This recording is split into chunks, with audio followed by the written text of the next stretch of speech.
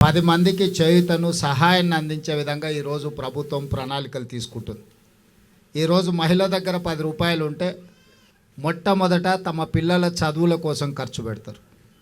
ఆ తర్వాత పిల్లలను ఎదగడానికి, పిల్లలు ఆరోగ్యవంతంగా ఉండడానికి, వాళ్ళకు ఒక సంస్కారం నేర్పడానికి ఖర్చు పెడతారు. ఆ తర్వాత కుటుంబము 10 మంది ముందు గౌరవంతో బ్రతకడానికి అవసరమైన విధంగా ఖర్చు పెడతారు. కానీ అదే ఇంటి ఆయన చేతిలో 10 రూపాయలు ఉంటే సాయంత్రం పోయి బెల్ట్ షాపులు ఇచ్చొస్తాడు. అందుకే ఈరోజు ఈ రాష్ట్రంలో ఆనాడు పివి నరసింహారావు గారు స్వయం సహాయక సంఘాలను మొదలుపెట్టి, ఆ తర్వాత రాజశేఖర రెడ్డి గారు, ఆనాడు అర్ణమ్మ గారు మంత్రిగా ఉన్నప్పుడు ఈ జిల్లాలో సంఘాలను, ఉమ్మడి మహబూబ్నగర్ జిల్లాలో సంఘాలను బాగా పెంచేదానికి, పెంపొందించేదానికి వాళ్ళకి అన్ని రకాలుగా ఆ రోజు సహకారం అందించారు. తెలంగాణ రాష్ట్రం వచ్చిన తర్వాత మహిళా సంఘాలకు గ్రహణం పట్టినట్టుగా కొంతకాలము చాలామంది ఎలాంటి సహాయం లేక, ఆదరణ లేక ఇబ్బందులను ఎదుర్కొన్నారు.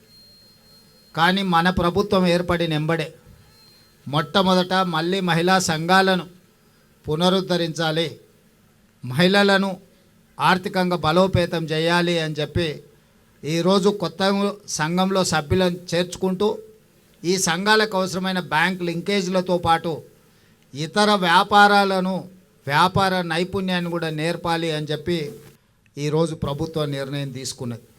అందుకే మీకు పావులా వడ్డీ కానీ, జీరో వడ్డీ కానీ, ఇవి ఏవైతే పెండింగ్ ఉన్నాయో వాటి అన్నిటినీ ఒకటొకటిగా పరిష్కరించుకుంటూ, అదేవిధంగా కొత్తగా సంఘంలో సభ్యులను చేర్చుకుంటూ వచ్చినాం.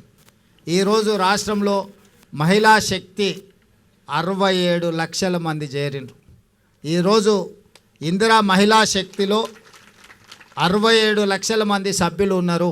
నేను మా సీతతో విజ్ఞప్తి చేసిన, అక్క, 1 కోటి మందిని, తెలంగాణ రాష్ట్రంలో 1 కోటి మంది మహిళలను కోటీశ్వరులను చేయడమే నా బాధ్యత అని చెప్పి నేను సీతకు చెప్పడం జరిగింది.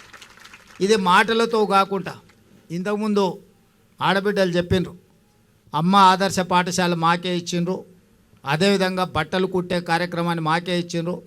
ఈరోజు ఐకేపీ కేంద్రాలు మీ ఆధ్వర్యంలోనే నడుస్తున్నాయి. పెట్రోల్ బంకులు ఈరోజు వ్యాపారం చేసుకోవడానికి ఇచ్చిండ్రు. అదేవిధంగా ఆర్టీసీలో బస్సులు, గతంలో ప్రైవేట్ సంస్థలు, పెద్ద పెద్ద కార్పొరేట్ సంస్థలు బస్సులు కొని కిరాయికి ఇచ్చేది ఆర్టీసీకి. ఈరోజు మహిళా సంఘాల నుంచి ఆర్టీసీ బస్సులు కొనడానికి అన్ని రకాల సహకారం అందించి 600 ఆర్టీసీ బస్సులు ఈరోజు మహిళా సమైక్య వాళ్ళ ఆర్టీసీకి ఈరోజు కిరాయికి నడిపే పరిస్థితి వచ్చిందంటే 600 బస్సుల యజమానులను ఈరోజు ఆడబిడ్డల్ని తయారు చేసినాం.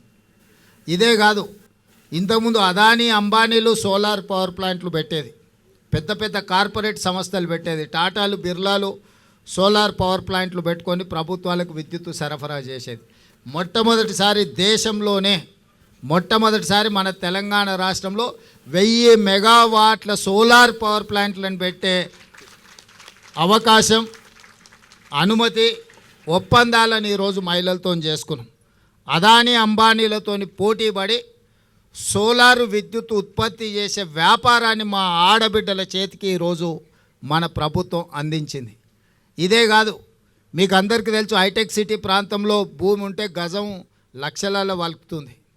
అదే హైటెక్ సిటీ పక్కన శిల్పారామం నానుకొని 3.5 ఎకరాల భూమిని ఇవాళ 150 స్టాల్స్ను పెట్టి మహిళా సంఘాలు అక్కడ మీ ఉత్పత్తులను అన్నిటిని కూడా, మీరు రాష్ట్రం నలుమూలలో మీరు చేసిన ఉత్పత్తులను ప్రపంచంలో దిగ్గజాలు అయిన కంపెనీలు ఏ విధంగా మార్కెటింగ్ స్ట్రాటజీ వాడతాయో, ఈరోజు శిల్పారామం పక్కనే కొన్ని 100 కోట్ల రూపాయల విలువ చేసే భూమి హైటెక్ సిటీకి ఆనుకొని 3.5 ఎకరాల భూమి 150 స్టాల్స్ కట్టి పెద్ద ఎత్తున మన గవర్నర్ గారు అందరూ వచ్చి అక్కడ ప్రారంభించినాం.